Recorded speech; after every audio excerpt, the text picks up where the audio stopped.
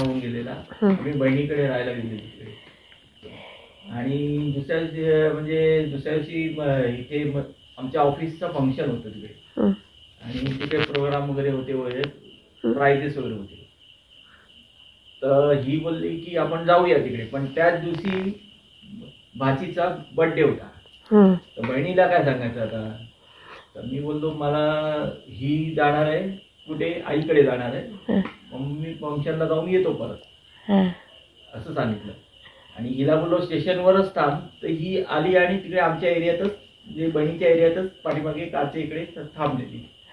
आणि मग मी निघालो आणि बहिणीचे मिस्टर असे आले आणि आम्ही बोलत होतो. तर ही आली आणि अशी पाठीमागे उभी राहिली. मी तिला बोललो असं असं जा.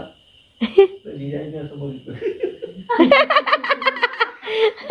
सापडले पाठीमागे गेली परत ती. मग जिजाईने बघितलं पण मला काय बोलले नाही ती.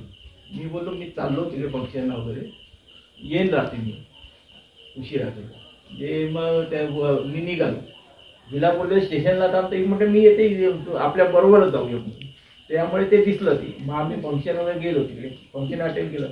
आणि तिकडे आम्हाला म्हणजे नवीन कपल म्हणून प्राइज मिळाला, बेस्ट कपल ऑफिस तर्फे. तर ही म्हणाली बघा प्राइज मिळाला. म्हणलं प्राइज मिळाला घरी जाऊन चमकी होणार.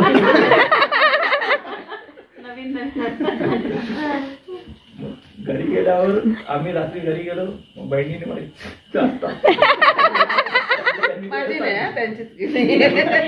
तिच्या त्यांच्याच भावाचीच करणार ना, वहिनीची कशाला विचारी करेल. भावाने बरोबर येऊ नको सांगितलं होतं ना. किस्सा झालेला. असं असतं आयुष्यात, काही काही घडत असतात अशा गोष्टी.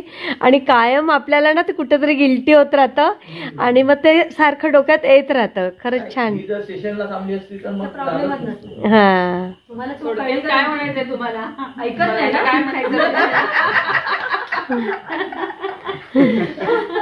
दुसरा किस्सा विमानाचा सांगतो ते तुम्ही एक दिवस ऐका. काही वर्ष दुबईत कामाला होते आणि माझी मुलगी काय जेमतेम 1-1.5 वर्षाची होती आणि मुलगा एक 7-8 वर्षाचा होता. आम्ही एक दिवसाच म्हणजे आम्ही एअरपोर्टला गेलो आणि मी त्या 2 मुलांना घेऊन जात होते. साधारण 2-2.5 तासाचा प्रवास आहे घरापासून, नाही विमानाचा. तर घरापासून आम्ही ऑलरेडी 4 वाजता वगैरे असं निघून पोचलो होतो. संध्याकाळचं 8:40 वगैरे विमानाचं हे होतं आमचं. पण नेमकं काय झालं, आणि ती मुलगी छोटीशी अशी, माझी मुलगा छोटा, आणि जाण्याचं पण म्हणजे जास्त प्रसंग नव्हता. तर मी मुलाला घेऊन गेले, म्हणजे दोघांना मुलांना घेऊन, आणि हे तिकडे गेलं आम्हाला रिसिव्ह करण्यासाठी. ते नॉर्मली आमचं ठरलेलं असं असायचं. तर नेमकं काय झालं, विमानाला पक्षाने, येणाऱ्या विमानाला पक्षाने, त्यामुळे ते विमान बंद झालं. आणि जेवढी लोक होती त्या विमानाची त्यांना सांगितलं की तुमचं विमान पुढे जाऊ शकत नाही. आणि एवढ्या छोट्या मुलांना घेऊन मी परत सांताक्रूझ वरून ठाण्यात जाणं म्हणजे सोपं नाही. मी तिथे सगळं देऊन सगळं दुसऱ्याच्या ताब्यात म्हणजे वगैरे सगळं सेट करून गेले होते, कारण घरी कोण. बरोबर. आणि मग तेव्हा मला त्या लोकांनी सांगितलं की तुम्हाला आत्ताच्या आत्ता तुम्हाला घरी जावं लागेल आणि तुम्ही उद्या या, उद्याच्या फ्लाईटला. आता तुमचं विमान जाऊ शकणार नाही. अरे बापरे. माझ्या हातात फक्त मुलीच्या म्हणजे छोट्या मुलांचे जे कपडे, मुलाची एक शॉर्ट्स होते आणि आम्ही सॅक घेतले आणि बाकी सगळं लगेज मध्ये टाकून दिलं. आणि मग तेव्हा त्याने सांगितलं असं खूप गडबड झाली. रात्री 12 वाजता मी आणि माझ्यावर एक अशीच मुलाला घेऊन जाणारी लेडी होती. तर त्याने सांगितलं आम्ही काही आमच्या घरी जाऊ शकत नाही, आम्हाला आमची तुम्ही सोय करा. आणि माझ्या मुलीला मुलीला हे होतं की तिला गाडी लागायची. तिने खूप वॉमिटिंग गाडीत जाताना साध्या कारमध्ये केलेलं होतं. मी जस्ट वॉश करून माझ्या त्या एका ड्रेसवर जे होते ते होते. आणि मग मी त्याच ह्याच्यात मग त्यांनी आम्हाला तिथल्या 5 स्टार हॉटेलमध्ये राहायला गेलं. फक्त 2 जोडी कपडे, ब्रश नाही, काय नाही, काहीच नव्हतं माझ्याकडे. मुलीचे जेवणाचंही काही नव्हतं. अरे अरे अरे. पण तिला ती म्हणजे डाळ भात वगैरे थोडंफार खायला लागले. त्या मुलाला घेऊन मी एक रात्र राहिले पॉश हॉटेल. कधी म्हणजे हॉटेलमध्ये एकटं राहण्याचा प्रसंग झाला. कधी आला नाही. हा. मुलाची अक्षरशः मी तिची शॉर्ट्स जी काय होती ती घातली, ते कपडे धुतले तिथे आई ग. आणि इस्त्री बिस्त्री केली जी अवेलेबल हॉटेलमध्ये. तिथलेच ब्रश बिश वाढले आणि ते तर आणि मग आम्हाला त्यांनी तिकडेच दिवसभर जेवण दिलं. ते जेवण देऊन सुद्धा आणि परत आम्हाला सांगितलं, रात्री एअरपोर्टला नेऊन सोडलं तरी सांगितलं आम्हाला अजून तुमचं विमान आलेलं नाही काय. तो तुमचं विमान आहे पण चालू पायलट नाही आहे बोले. ओ म्हणजे 8:40ची विमान पहिलं मला गेलं, जे आमचं होतं ना ते आम्हाला 12 वाजता तिथे दिलं. अरे पण ते आम्हाला सांगितलं तर लोकांनी खूप हंगामा केला तिकडे. आणि मुलाला तर एवढंसं मी पिझ्झावर त्या ठेवलं होतं. बापरे.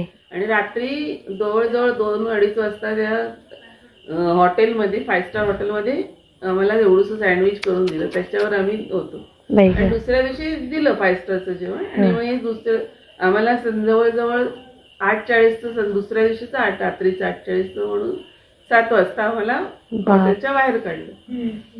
आणि रात्री तिथे एअरपोर्टला पोहोचलं आणि जे जे घरी गेले ते पण आले लोक, ज्यांना शक्य होतं ते गेले जवळपास अंधेरी इथे. आणि मग त्यांनी तरी 8:40 होऊन गेले. पैसे आधीचं नॉर्मली जे रुटीन विमान गेलं. पण आम्हाला सांगितलं आम्हाला तिथेच बसून आणि सांगितलं आता पुढचं तुमचं विमान अवेलेबल आहे पण पायलट नाही, असं 12 वाजेपर्यंत. आणि किती कठीण ना, छोटी मुलं. हो कारण तरी मुलगा पेशन्स मध्ये होता पण लहान मुलगी बरोबर राहणार लागली गर्दी बघून तरी. आणि मुलाकडे बॅग आणि मी तिला सांभाळत होते. आणि मग ते रात्री 12 वाजता आम्हाला नेऊन त्या विमानात बसवलं, पायलट अवेलेबल नाही. अरे. आणि ते विमान आम्हाला विमानात परत 2-3 तास बसवून ठेवलं. बापरे. आणि पहाटे 3 वाजता जे सोडलं ते आम्ही 5-5:15ला आम्ही दुबईला पोहोचलो. अरे. जो 2.5 तासाचा एक आम्ही 2 दिवस त्या एवढीच्या काढलं. आणि माझं छोटी मुलगी होती, आई ग, 1-1.5 वर्ष. किती कठीण ना.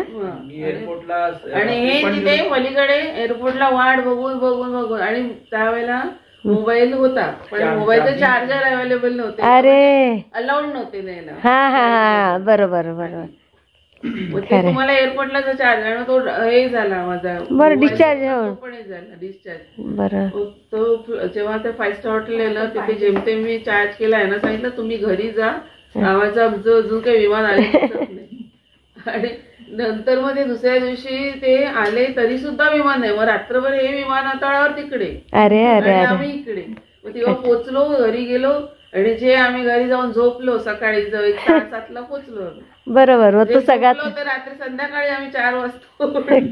खरंय. एवढा वेळ म्हणजे एवढा सगळा सोपं नाहीये. खरंय. फेस करायला लागलं. आणि माझा मुलगा जेमतेम 8 वर्षाचा होता आणि मुलगी 1.5 वर्षाची. बापरे.